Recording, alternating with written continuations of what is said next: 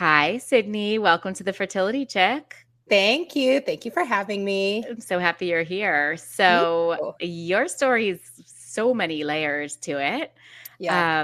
Why don't we start with you and your wife? Okay, that's a good place to start. Yeah. That's sort of the beginning. So just a little bit about us, how we met, how we got Yeah. to where we are. My wife and I met in high school. We were 16.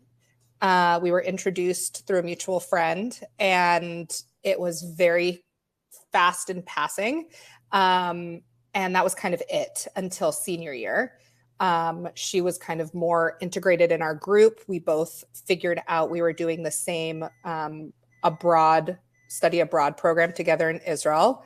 And I was like, oh, maybe she could be one of my friends. And fast forward, we became best friends. We had an amazing year abroad together. We came home to the States, and she went to Cal State Northridge. I went to a small university in Maryland. I was miserable. I hated it. I transferred back here to California, where we're both from, and wound up going to school with her. And it was over spring break that my best friend was like, what's going on with you two? I had only ever had boyfriends. And she's like, you and I are best friends, and we don't behave like that. So you might want to sleep on that and figure out what's going on. And we figured it out. And we've been together ever since. So it's been 14 years that we've been together. I just liked her. Like, it had nothing to do with gender. I just fell in love with a person. It happened to be a girl. Did all the traditional lesbian things. Like, we moved in after 4 months. We were 20. Did you buy a Subaru? Do you have a Subaru? We had a Subaru for a short period of time. Okay. Birkenstocks, the whole shebang. But we U-hauled it up. We lived together literally 4 months after we started dating when we were 20. Which, in fairness, you'd already been literally best friends and traveled together. I feel like you made it through a lot of the initial hurdles. Yeah, I mean, look, it was such a great foundation for any kind of relationship, right? Like, having that best friend is goals. And we got married, had a big fat Jewish wedding. And it was at our wedding when we were leading up to our wedding when we created our wedding registry. I wanted my KitchenAid mixer, but that was kind of it. We'd been living together for 6-7 years at that point. We had all of the basic house stuff. What we knew we wanted and didn't have was money for fertility treatment, because I think one of the pros of being a same-sex couple who knows they want to have kids is you're going to need fertility treatments. Whether it's just sperm or just an egg. I mean, those things cost a lot of money. So we put together a future family fund, and that's what we had people kind of give to us on our wedding. And 2 years later, we started our baby making journey, and here we are, 7 years married, 3 kids under 5, blissfully happy and exhausted. I love it. Okay, let's rewind now. Yeah. So, for the record, your wife's name is Britt. And Yes. so had she also, you don't have to speak for her if it's not comfortable, but had she also dated men? Nope. She knew she was, she had a boyfriend in 7th grade. That was the extent. She came out in high school. Okay.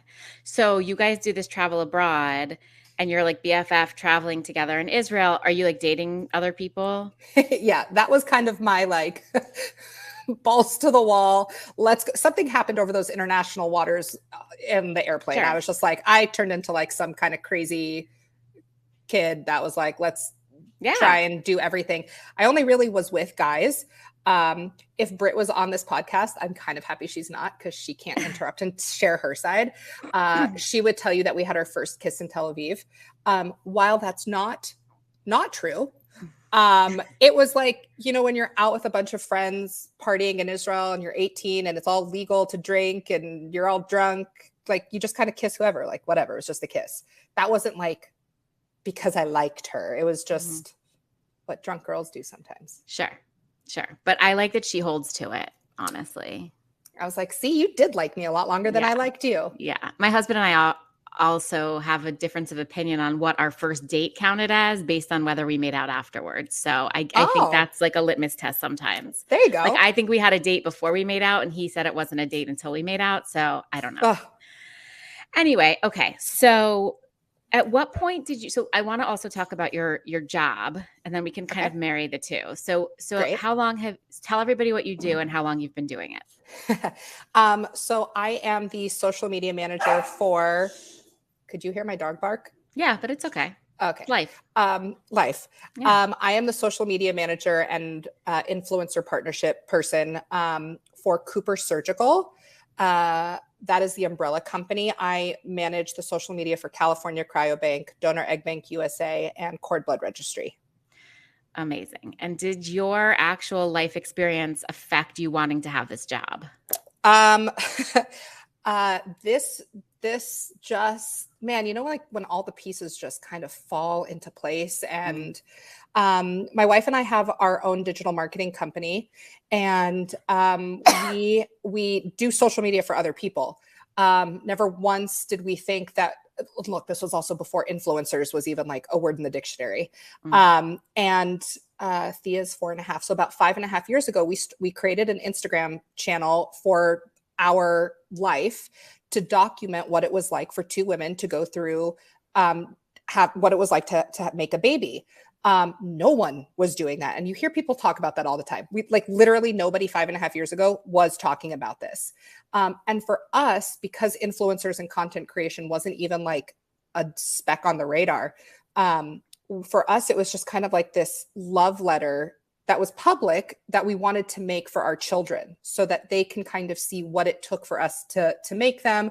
We also wanted to help with the stats. When we were going to meet with our doctor, we were like, what are our odds? And really, he only kind of had odds on a heterosexual couple that had no fertility issues. And I was like, okay, but what about like, I'm a woman who has no fertility issues that I know, actually I have PCOS. What are my odds? We're using good sperm, like we got it from a sperm bank, it has to be good. So like, what are my odds? He goes, I can kind of really only tell you based on what normal data would be if you were a man and woman out in the wild. So we just kind of wanted to document what it would be. We shared about California Cryobank because that's where we got our sperm from. And someone reached out to us and asked if we would be an influencer for them and, have a few pieces of content go live, and our content performed really well. And then I got offered a job and I said, no, I have a job. When was I offered this job? Thea was like 1.5. I was very pregnant with Nathan, and they're like, yeah, but we are a team of moms who have kids. This is like what we do. We want to work with you. We need you. And I was like, I had literally said a few months before I was offered this job, I was talking to Britt and I said, I would just love to create content that makes a difference in the fertility space or in the pregnancy space. I loved my childbirth education classes. I did something that I don't think most women do. I think most women kind of take the 6-week class at the hospital. And I did a 12-week intensive childbirth class that kind of focuses more on the natural, like women have been doing this literally since the beginning of time. And so I had unmedicated home births. I loved my experience. I had access to amazing resources and education. I was like, I just want to do stuff like that. And then this job was like, do you want to work for California Cryobank and Cord Blood Registry? And I'm like, how is this real life? Yeah. So I've been there for 2.5 years, and I love my job. Love. You can tell I know I work with you in that regard as well. And I can tell how much you love your job, which is so nice. It's, I think when you go in and you're a social media person for a company, figuring out the tone of the brand and the voice, and there's no figuring out. I am that on all of the sides. Donor Egg Bank kind of took a little bit more diving into, because that's kind of a harder niche. California Cryobank, 80% of our families are same-sex couples. Right. I am one of their families. I've walked the shoes. I've tried at-home insemination. I did IUI. I did IVF. I've done it all. Cord Blood Registry. I've been pregnant. I've given birth. I finally got to do CBR for myself with my third. So like I live and breathe this. And being a mom that is the one identity I have longed to be since I was a little girl. And I know a lot of my friends have had like identity crisis since they've become moms. And I'm like, no, I now know who I am. Mm. So when you were thinking and contemplating about marrying a woman, how did your desire to become a mom affect your brain and your thinking about that? It didn't at all. I Mm. just knew it would happen. I just figured you get sperm and you get pregnant. And if it doesn't work, you adopt. Like, I was going to be a mom. It's amazing. So, oh my God, so many layers here. So to that end, because I know you grew up with a bit of third party reproduction in your family. Which I didn't know about until I was pregnant with my first.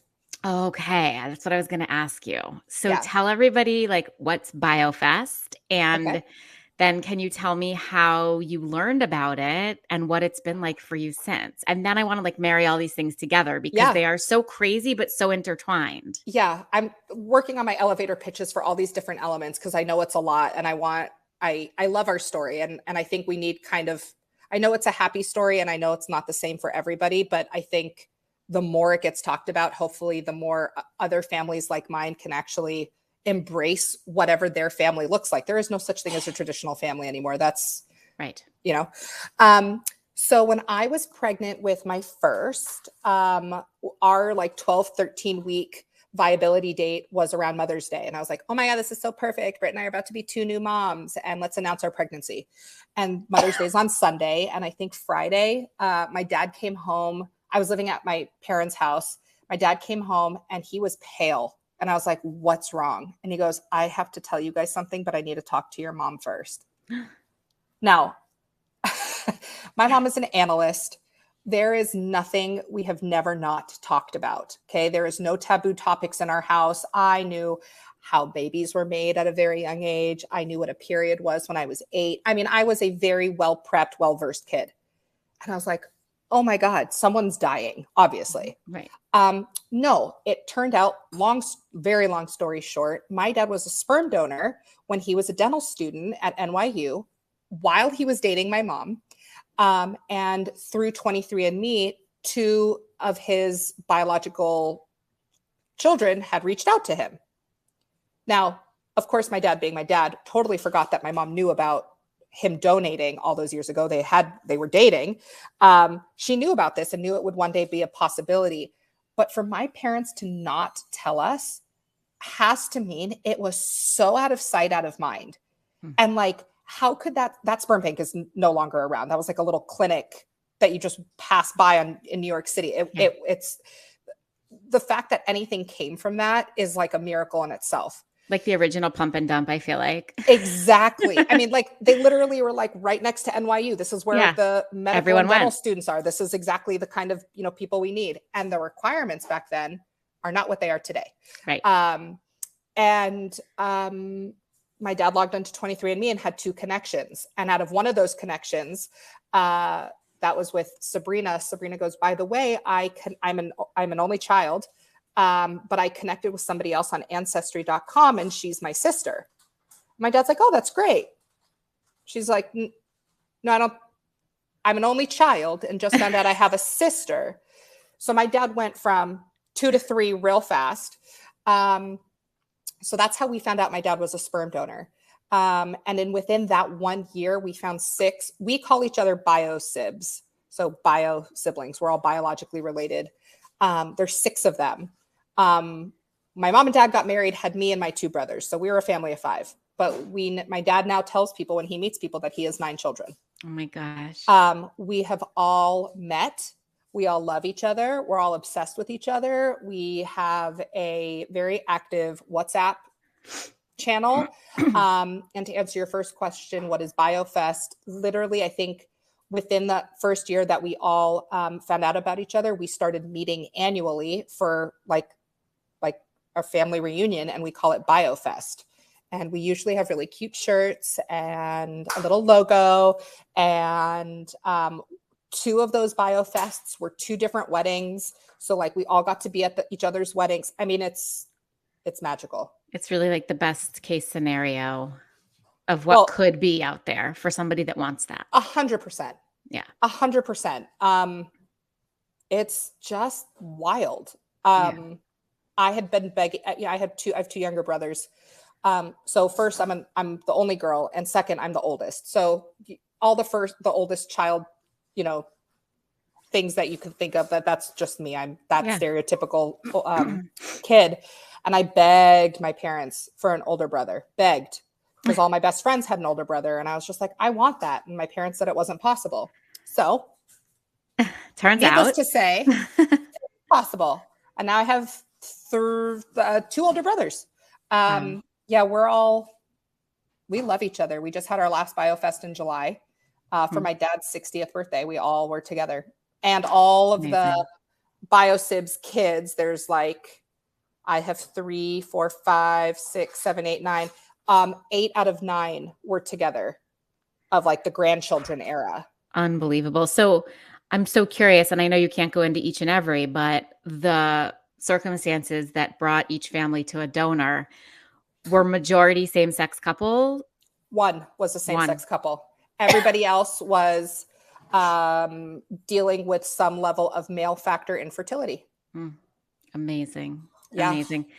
And are the parents of each of your biosibs like involved as well? Like, have they met your dad? Okay. So Sabrina lost her father. She was one of the weddings. She lost her dad like a year after finding out about my dad, which actually made her closer with him.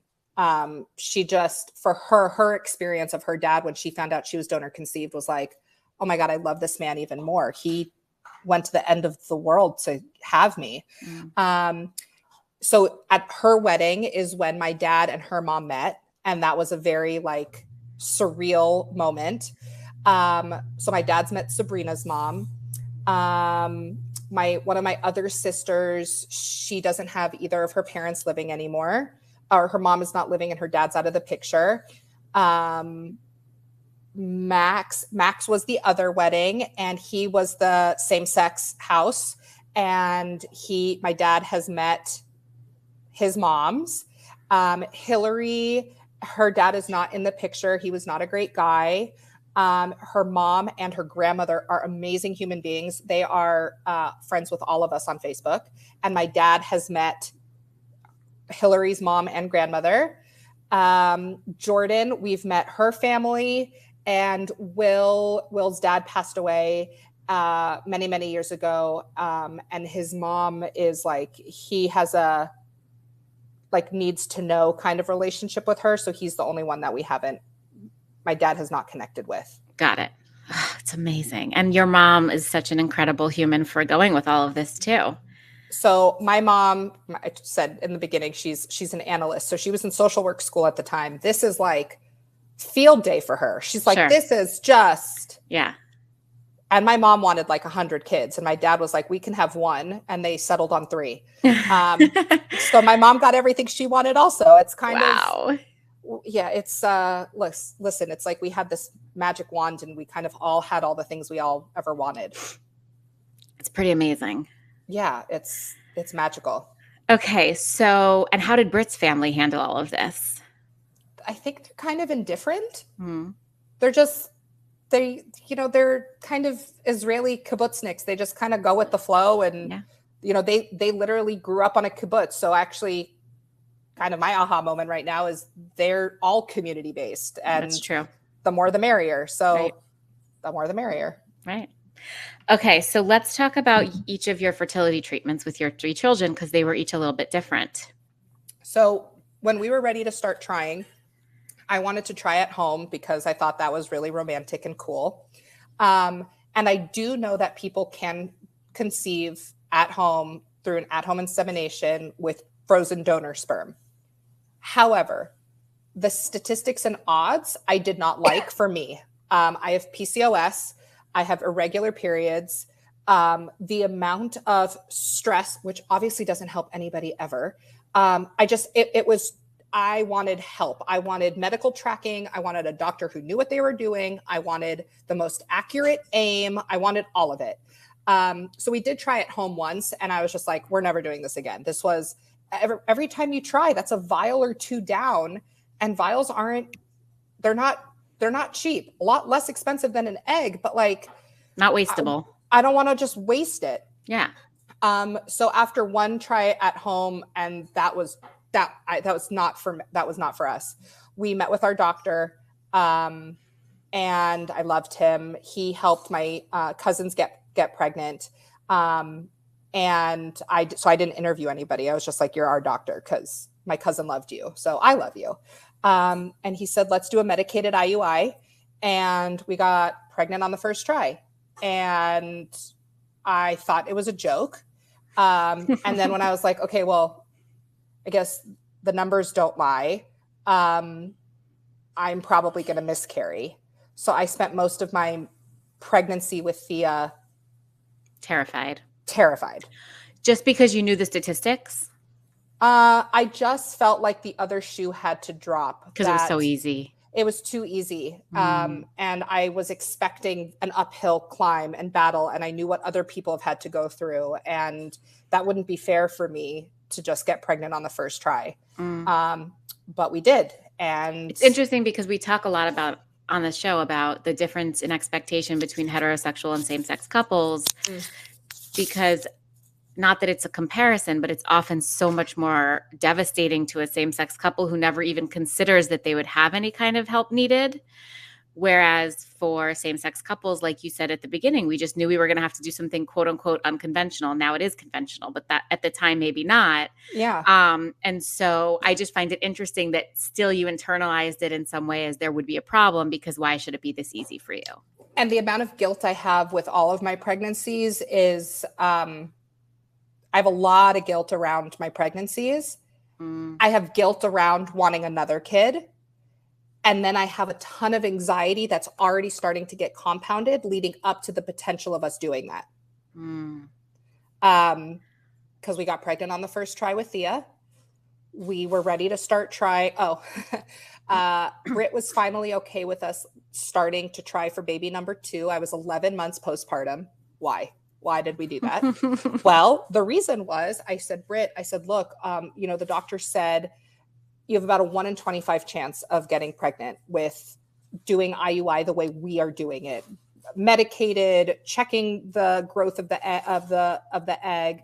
I did Clomid. We did an HCG trigger shot, like all of that compounded.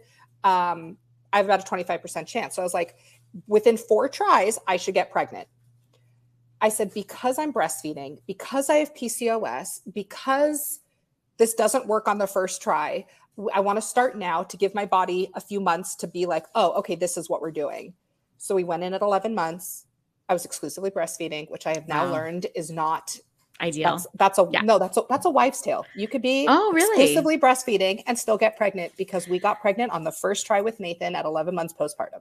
It's amazing. I feel like it's not necessarily that they say you can't, it's more that you shouldn't, only because of prolactin, which is the hormone. Thea nursed the entire pregnancy. My God. My milk did dry up. It was very painful. Britt would walk in on me sobbing and quietly because I was nursing Thea to sleep, but I didn't have milk. And Britt's like, you could say no. And I was like, you can't say no to a baby. How dare I do that? Luckily, when I did get pregnant with Zoe, Nathan was about 22 months and he was just not interested when my milk changed and dried up.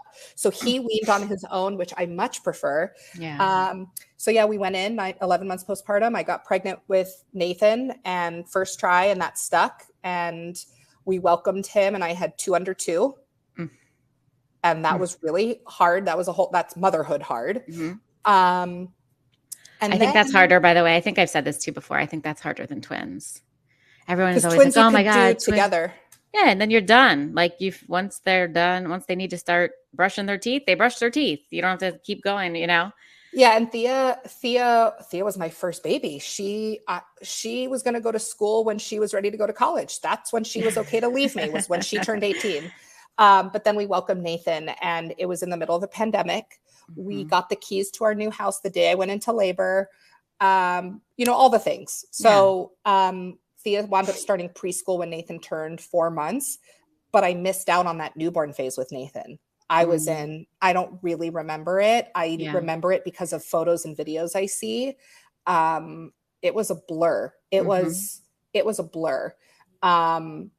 And we realized like, okay, when we're ready for number 3, like we need to have kids that are in preschool 5 days a week, full time, because I want to be able to give myself to the newborn. That time is so fleeting and so crucial and critical, and exhausting. I need to know that my first 2 are in school. So when that time was ready, we also had been able to save up a little bit more. One of the amazing benefits of Cooper Surgical is they do help with a stipend for fertility treatments.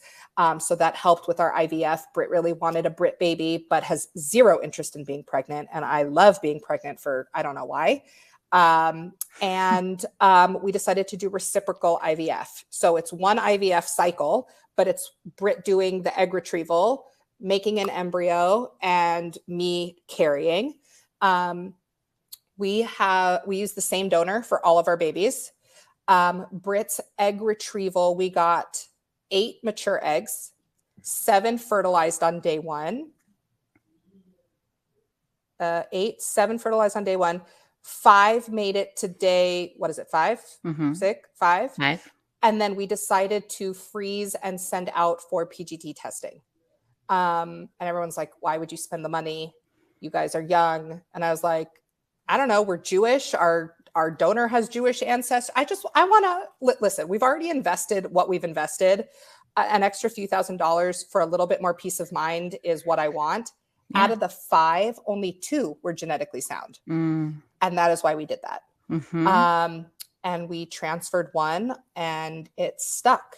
So we got pregnant on the first try with each of our rounds. IVF is brutal.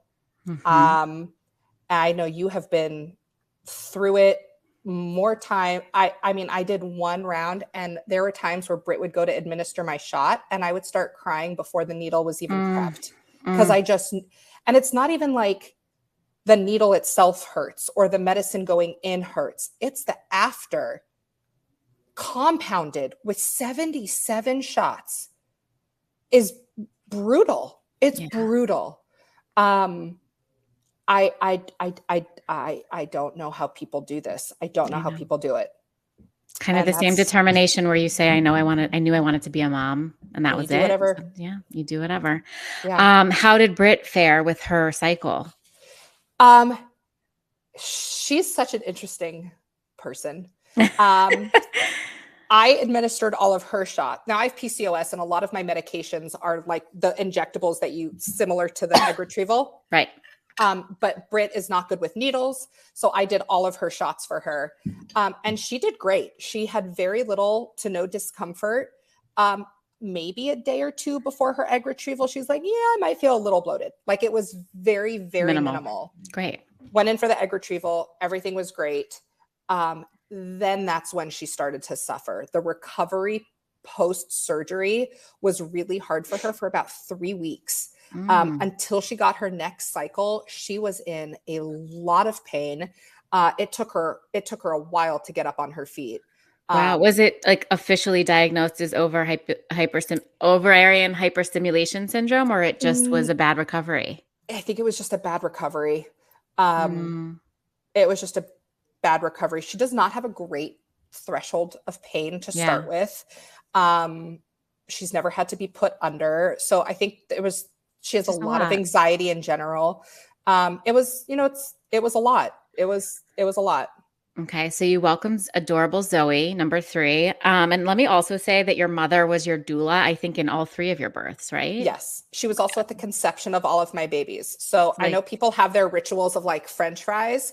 I have to have a glass of wine the night before any of my procedures. My mother has to be at the conception of all of these babies. And then we have to go and have shabu shabu after. Oh my God. This is like the most exotic family life I've ever heard of. And I love it so much. I love it so much. Okay. So now let's unpack your anxiety. You told me you always wanted 4 kids. Yes. You have 1 tested embryo on ice, tested normal, viable. Where's your anxiety coming from? So we both know Britt and I, from the get-go, 20 years old, dating, like first date topic, how many kids do you want? We both said 4. I really want it to work. So my anxiety comes from, okay, it's worked those last 3 times. This is probably that one time that it might not work. And I have dreamt of baby boy Benjamin my whole life. I was obviously thrilled when I was pregnant with my little baby girl for the first time. But I really have dreamt of Benjamin my whole life. And then we got pregnant with Nathan. But I named Thea. So Britt got to name Nathan. And when we found out we had a boy, I was like, there he is. There's Benjamin. I mean, look, like I know it's an embryo. I know it's not a person, but you have an embryo and you flash a whole life of who this person could be. So I think my anxiety comes from, I really want it to work. Like, this is the time that I really want it to work. What if it does? What if it does? Like, holy crap. That's another person I'm taking care of for the rest of my life, that I've committed to, that I've dreamt of, that I already love. What if it doesn't? We've already decided we're not going to do another round of IVF if this doesn't work. We will consider doing a few more rounds of IUI. And if those don't work, we'll probably either be done or eventually maybe look into adoption if that number 4 was really so critical for us. But in terms of our own fertility journey, of us having our own children biologically, it's that one baby boy on ice, maybe a few rounds of IUI. Okay. And you're not going to start today, I hope. No. Okay, good. No. So we learned that we needed our kids to be in preschool, but we also learned that they need to be sleeping a lot better throughout the night because I've shared about it a few times on our Instagram. Nathan is not a great sleeper. I am a very big believer in co-sleeping and bed sharing. And we did that with Thea for 14 months, transferred her to a big girl bed, and it was seamless and awesome. Nathan, I think because my pregnancies and babies were so back to back, I just needed some space. And I kicked him out of not just our bed, but our room at like 3 or 4 months. And I have a lot of guilt about that too. I went to him every time he woke up and nursed him. He was exclusively breastfed for the first year and breastfed until 22 months. But I think he, out of those 2 babies, needed more parent attachment, and we didn't give it to him. I was also in survival struggle mode, and I don't really remember the first 4 months of his life anyway. So I do feel guilty about that. And as long as Britt sleeps with him, he's fine. But sharing a bed with a toddler is exhausting in its own. So even if you're asleep, it's not like you're deep sleeping. Yeah. And meanwhile, I have a baby that I'm taking care of. Zoe was an amazing newborn sleeper, but they turn 4 or 5 months and they start to learn to roll and to sit, and they cut teeth and they learn to stand and walk. And like, I personally think 5 to 10 months old is the most sleep disruptive months because they're learning all these things. Yeah. So we're both exhausted, and having 2 exhausted parents is just very hard, challenging. So number 4 will come, hopefully, when Zoe's in school, preschool, and we kind of have a better read on how everybody's sleep patterns are. And plus by then Thea will be old enough to like actually help, I feel like. Yeah, she already thinks she can. So it's both sweet and cute, and kind of actually makes it a little bit harder for us. Yeah. She likes to just go and pick Zoe up, and I'm like, you are 4.5 years old. You are a baby yourself. All really good problems to have. Yes. Okay, so just in wrapping up here, is there any, I feel like you've already given, but is there any phrase, cliche, something in your head that like you live by every day, something that you think about in each of these moments that you can share? Zoomed out, like high level phrase, something that I think it's on our Instagram, but something that Britt and I have been saying since day one in our home, like visibility matters. Visibility matters as the 2 of us being a same-sex couple, like when we walk the streets together, holding hands, kissing, like whoever is out there and sees it, to just normalize that. Visibility matters in creating our families, and however you want to do that, it matters. And your journey is unique to you. Even if you are a heterosexual couple and, you make a baby the way that we were kind of taught in school, that's your version of modern and normal. Visibility Matters is kind of our foundation and our roots in our home, and to lead with love. I love it. Yeah. Well, thank you. Thank you for sharing your story with us. I love it. Thank you for having me. Oh, our pleasure. And we'll, of course, link out to everything so people can find you. Awesome. Thank you so much for having me. I love talking with you and sharing our story, and this was wonderful. I love it all. Thanks for being here.